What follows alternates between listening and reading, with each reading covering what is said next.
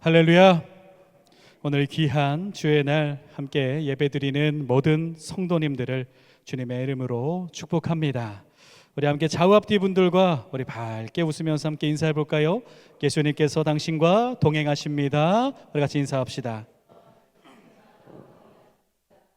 우리 믿음으로 인사하셔야 돼요. 그리고 그 믿음 위에 우리 같이 손을 얹고 이렇게 고백해봅시다. 예수님께서 나와 함께 하시니 늘 형통합니다. 예수님께서 나와 함께 하시니 늘 형통합니다. 아멘. 이 고백이 주님과 동행하는 역사의 문을 여는 열쇠가 되기를 주님의 이름으로 축원합니다. 오늘은 보내심을 받은 성도의 걸음이라는 제목으로 함께 말씀을 나눕니다. 여러분, 우리는 예수님을 통하여 구원을 받고 예수님의 사랑을 받으며 예수님의 복음의 능력과 역사를 섬기는 사명을 가진 성도입니다. 예수님께서 이 땅에 오신 이유는 단 한 가지, 우리를 향한 사랑 때문이었고 우리는 그 사랑으로 인해 살아가죠. 그동안 우리는 누가복음 9장에 집중하면서 예수님을 따라가는 걸음에 대해서 함께 나누었습니다. 영광에 참여하는 성도의 삶, 우리가 누구를 따라가야 하는지를 우리가 깊게 나누었죠. 그리고 궁극적으로 그 영광에 참여하는 성도는 산 위에 머무는 것이 아니라 지금 나의 삶 속에서 이 자리로 내려와 걸어가는 것, 그 것을 함께 나누었습니다. 예수님 마음을 품은 성도가 그리고 또 나만 품는 것이 아니라 이 세상도 함께 품게 된다라는 말씀을 나누었고요. 그리고 직전 본문에서는, 맥주감사절 그 전의 본문에서는 예수님의 걸음을 담는 성도에 대해서 함께 나누면서 굳게 결심하며 하나님 나라를 붙들어야 한다, 그때에 우리는 온전한 걸음을 걸어갈 수 있다라는 것을 함께 나누었습니다. 여러분, 그렇다면 영광에 참여하고 예수님의 마음을 품고 그 사랑을 품고 걸음을, 예수님의 걸음을 나의 걸음 위에 세워 그 걸음을 옮기기로 했다면 이제 남는 것은 무엇일까요? 오늘 본문은 그 가르침을 기록을 합니다. 오늘 본문에서 예수님은 단 한마디를 먼저 하시죠. 그것은 가라라는 것이었습니다. 이제 결심의 자리에서 예수님을 보내심에, 예수님의 말씀에 보내심을 받는 그 파송의 자리로 이제는 나아가야 한다라는 겁니다. 예수님께서는 누가복음 9장을 통하여서 깊게 우리로 하여금 예수님이 누구이신지, 우리가 어떻게 따라 나아가야 하는지를 나누게 하신 다음에, 그리고 이제 10장으로 와서 이제 우리를 보내시게 됩니다. 누가복음 10장의 서세몽을 보면 70인을 세워 보내시다라고 다 적혀 있듯이 이제 예수님께서는 우리를 파송하신다라는 겁니다. 1절을 보면 이렇게 기록을 합니다. 그 위에 주께서 따로 70인을 세우사 친히 가시려는 각 동네와 각 지역으로 둘씩 앞서 보내셨다라고 기록을 하는데요. 여기서 중요한 말씀은요, 70인을 그리고 우리들을 각 동네와 친히 가시려는 그 지역으로 보내셨다라는 겁니다. 예수님께서 이제 가고자 하시는 그 길로 먼저 앞세워 제자들을 보내셨다라는 겁니다. 그렇다라는 것은 예수님의 보내심은요, 이제 가라 라고 하면서 끝나는 것이 아니라, 걸음과 예수님과 내가 분리된 것이 아니라 예수님께서 친히 가시는 그 길 앞에 서는 것이 보내심을 받는 성도의 위치라는 겁니다. 그러면서 제자들을 향하여서 이렇게 2절에 말씀을 하십니다. 이르되 추수할 것은 많되 일꾼이 적으니 그러므로 추수하는 주인에게 청하여 추수할 일꾼을 보내주소서 하라라고 말씀을 하십니다. 이 말씀은요, 12 제자를 세우실 때 주셨던 말씀과 동일합니다. 마태복음 9장 37절로 38절에 똑같은 말씀을, 추수할 일꾼이 적다라는 말씀을 주셨습니다. 즉 오늘 예수님의 보내심은 12 제자에게 주셨던 그 마음 그대로 우리를 향한 그 마음, 동일한 마음이라는 것입니다. 사랑하는 여러분, 오늘 우리에게 예수님은 가라라고 말씀을 하십니다. 복음의 사명을 가지고 복음의 길로 이제 나서야 한다. 그리고 너의 삶 속에서 복음이 선포되어져야 한다라고 말씀을 하십니다. 그렇다면 이 바라라는 명령을 받은 우리는 어떻게 걸음을 옮겨야 할까요? 때로는 우리가 복음의 사명자로 살아가는 게 어렵게 느껴지기도 합니다. 힘들기도 합니다.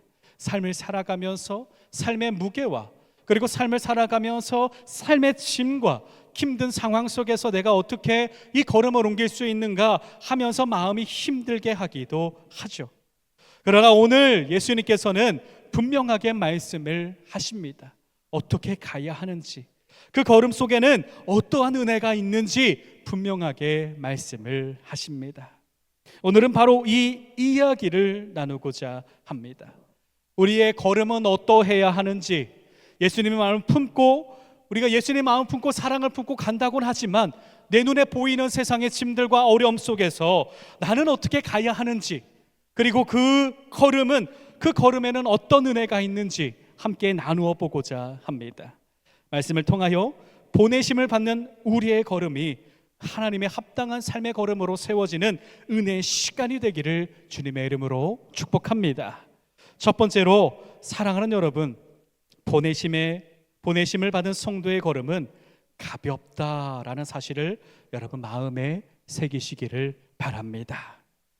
보냄받은 성도의 걸음은요, 짐 때문에 무거운 것이 아니라 오히려 가볍다는 겁니다. 오늘 예수님께서는요 70인을 보내십니다. 그러면서 너무나 안타까운 마음 또한 갖고 계셨어요. 그래서 3절을 보면 이런 말씀을 하세요. 갈지어다 내가 너희를 보냄이 어린 양을 어디로 보내요?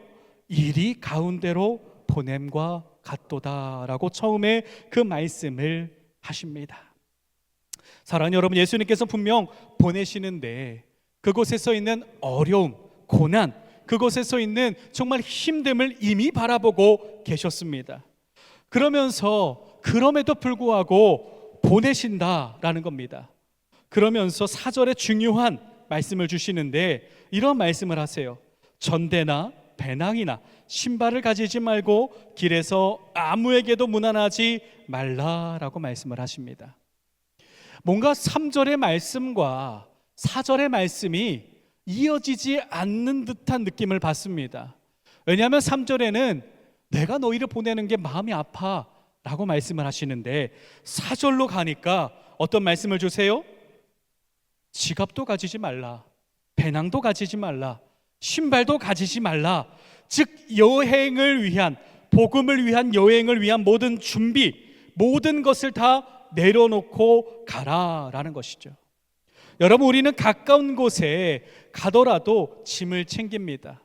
최소한 내가 그곳에서 무엇을 해야 하는지 돌발 상황에서 대처하기 위해서 돈도 챙겨야 되고 이것도 챙기고 저것도 챙기죠. 필요할 때 진짜 급하게 우리가 써야 하기 때문입니다. 그런데 2000여 년 전의 상황에서 계속해서 걸음을 옮겨야 하고 다음을 기약할 수 없는 상황에서 아무것도 가지지 말라라는 것은 너무나 지키기 어려운 명령입니다. 더욱이 예수님의 보내심은 단순한 보내심이 아닙니다. 여행도 아니에요. 누구를 만날지도 모르고 어떤 상황을 마주할 수도 모릅니다. 그리고 복음을 전한다라는 것은 그곳에서 고난을 마주할 수 있는 확률이 너무나 높습니다. 그래서 제자들은 이 명령에 흔들릴 수도 있는 상황인데도 예수님께서는요 최선을 다해서 준비해도 모자를 파네, 그런데도 다 내려놓으라라고 말씀을 하신다라는 겁니다. 우리가 지난 누가복음을 나누면서 그리고 누가복음의 9장을 나누면서 많은 이야기를 나누면서 이런 이야기를 또한 나누었어요. 우리가 복음, 믿음을 지킬 때에 내가 충분히 갖추어져야만, 훈련되어져만, 내 삶이 안정되어만 그때 할 수 있겠다라고 생각한다라는 말씀들을 나누었습니다. 그런데 예수님은 이 모든 것까지 내려놓고 그 걸음이 가벼워야 한다라고 말씀을 하는 겁니다. 왜 이런 명령을 주셨을까요? 예수님께서는 왜 아무것도 가지지 말라라고 말씀을 하셨을까요? 그 이유는 한 가지입니다. 너의 필요를 공급하시는 이는 주님이시다라는 것을 분명하게 알게 하기 위함입니다. 내가 가진 것을 의지하지 말고 보내신 주님만을 의지하며 주의 공급으로 나아가라라는 겁니다. 지금 제자들의 걸음은요, 시작입니다. 복음을 전할 때에 내 것을 의지할 수도 있고요, 어떠한 돌박 상황을 마주할지 모릅니다. 그러나 예수님께서는 그 가운데서 주님의 공급을 받아서 너의 필요를 너의 챙김으로 채우지 말고 주님의 공급을 받으며 나아가라라는 것을 알게 하기 위하여서 이렇게 말씀을 하셨다라는 사실입니다. 보내심을 받은 성도의 걸음이 바로 이러해야 한다라는 사실을 여러분 기억하십시오. 예수님은 그러면서 5절로 7절에 이런 말씀을 하십니다. 어느 집에 들어가든지 먼저 말하되 이 집이 평안할지어다 하라. 만일 평안을 받을 사람이 거기 있으면 너희의 평안이 그에게 머물 것이요 그렇지 않으면 너희에게로 돌아오리라. 그 집에 유하며 주는 것을 먹고 마시라. 일꾼이 그 삭을 받는 것이 마땅하리라 라고 분명하게 말씀을 하십니다. 가서 만나는 모든 것이 주님의 인도하심이고 주님의 섭리고 주님의 공급하시는 분이니 그대로 나아가라라는 말씀입니다. 보내신 분이 그 길을 끝까지 책임져 주신다라는 사실을 여러분 믿으시기를 바랍니다. 내가 걸음을 주님 저 가볍게 주님만 바라보며 걸어가겠습니다. 이 고백 한 번만 할 때에 우리는 보내신 분의 공급을 받아 살아가게 됨을 믿습니다. 그렇게 보냄을 받은 성도의 걸음은 가벼워야 합니다. 보내는 분을 의지하지 않고서는 내가 해야 할 일들만, 그리고 내가 가서 할 수 있는 일들만 바라볼 수밖에 없습니다. 그러나 말씀대로 우리가 내 것을 비울 때에 우리는 그때에 말씀이 온전하게 우리 안에 세워지고 그리고 역사를 우리가 섬기게 된다라는 사실을 여러분 믿으시기를 바랍니다. 때로는 우리는 성경에 있는 기록으로만 치부할 때가 있습니다. 성경에 있는 이 제자들의 기록이, 성경에 있는 예수님의 이적이, 성경에 있는 하나님의 놀라운 역사가 때로는 성경에만 있는 것이 아닌가 우리는 생각합니다. 그러나 예수님의 이 놀라운 사실들을 우리가 믿음으로 고백하며 걸음을 옮길 때에 성경에 계신 예수님이 지금 나의 삶 속에서 동행하시며 우리의 필요를 공급하신다라는 사실을 여러분 믿으시기를 바랍니다. 여러분, 이미 예수님께서는 제자들에게, 오늘 보내는 70인들에게 이미 말씀으로 그리고 이적으로 보여주셨습니다. 누가복음 9장의 가장 위대한 사건 중에 하나는 오병이어 사건입니다. 그때의 제자들은요, 예수님께서 이 모든 사람들을 먹이라, 남자만 5,000명, 여자들과 어린아이들과 어른까지 하면 수만 명의 사람들을 먹이라 할 때에 제자들은요, 물고기 2마리만 바라봤습니다. 떡 5개만 바라봤죠. 그때에 제자들은 예수님께 나아가서 우리는 할 수 없습니다라고 말을 합니다. 그때 예수님께서 어떻게 하셨습니까? 제자들의 것을 받아 들고 제자들이 보이는 곳에서 그 떡을, 그 물고기를 들고 손에 들고 기도할 때에 그곳에 있는 모든 사람들에게 필요한 굶주림을 채우는 떡과 물고기를 공급하셨다라는 사실을 여러분 기억하시기를 바랍니다. 오늘 이 장면과 본문이 정확하게 연결이 됩니다. 그래서 예수님께서는요, 아무것도 가지지 말라. 내 것이 충분해 보여도, 내가 가진 것이 너무나 많게 보여도 다 내려놓고 나아가라. 내가 너를 채워줄 것이다 라고 말씀을 하시는 것입니다. 우리는 때로는 삶을 살아가면서 일이 가운데 있는 상황을 마주합니다. 그곳에서 우리가 상황을 마주하며 이길 수 있는 이유는요, 우리가 강해서, 어린 양이 강해서가 아니라 나와 함께 하시고 나를 보내신 분이 예수님이시기 때문임을 믿으시기를 바랍니다. 보내신 예수님께서 그 걸음을 책임져 주신다라는 사실을 여러분 기억하시기를 바랍니다.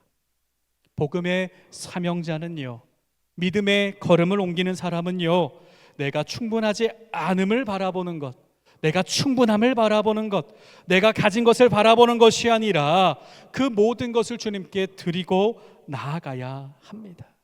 그때에 주님께서는 우리의 걸음 위에 주님의 걸음을 세워주실 뿐만 아니라 주님의 채워주심을 오병이어의 역사를 일어나게 하신다라는 사실입니다. 그렇게 오늘 이 시간 여러분 스스로 돌아보십시오. 물어보십시오. 이 성경의 기록이 성경의 기록으로만 치부하고 있지는 않은지, 이 상황에서는 이런 예수님, 저 상황에서는 이런 예수님, 이 상황에서는 이런 예수님을 내가 바라보면서도 내가 온전하게 길을 걸어가겠습니다 라고 하고 있지는 않은지, 내가 두 시선으로 바라보고 있지는 않은지, 내가 지금 무엇을 의지하며 무엇을 의심하며 삶의 걸음을 옮기고 있는지 돌아보시기를 바랍니다. 그리고 이 시간에 주님께서 나의 필요를 채우심을 믿음으로 아멘 하시기를 바랍니다. 그 아멘으로 걸음을 옮기겠다 결단하시기를 바랍니다. 그때에 예수님께서 우리의 아멘을 통하여서 우리를 걸어가게 하실 뿐만 아니라, 걸어가게 하시는 능력을 주실 뿐만 아니라 우리의 필요를 채우시며 주님의 뜻을, 주님의 사명을 감당하게 하실 줄을 믿습니다. 이 믿음 가지고 늘 가볍게 내가 짐을 지고 이 무거운 짐을 어떻게 해나가야 되지? 이 생각보다 주님께서 내 짐을 지금 들어주고 계시는구나, 보내셨지만 동행하시는구나, 보내셨지만 이곳에 보내셨지만 주님께서 나를 위해서 막고 계시고 방패가 되어주시고 산성이 되어주시는구나, 이 믿음이 우리 안에 세워지며 담대히 나아가는 저와 여러분이 되기를 주님의 이름으로 축복합니다. 할렐루야. 그렇게 사랑하는 여러분, 두 번째로 우리가 이 믿음을 갖고 나아갈 때에 우리 성도의 걸음은요, 보내심을 받은 성도의 걸음에는 하나님 나라가 있다라는 사실을 믿으시기를 바랍니다. 내 걸음에는 하나님 나라가 세워져 있다라는 겁니다.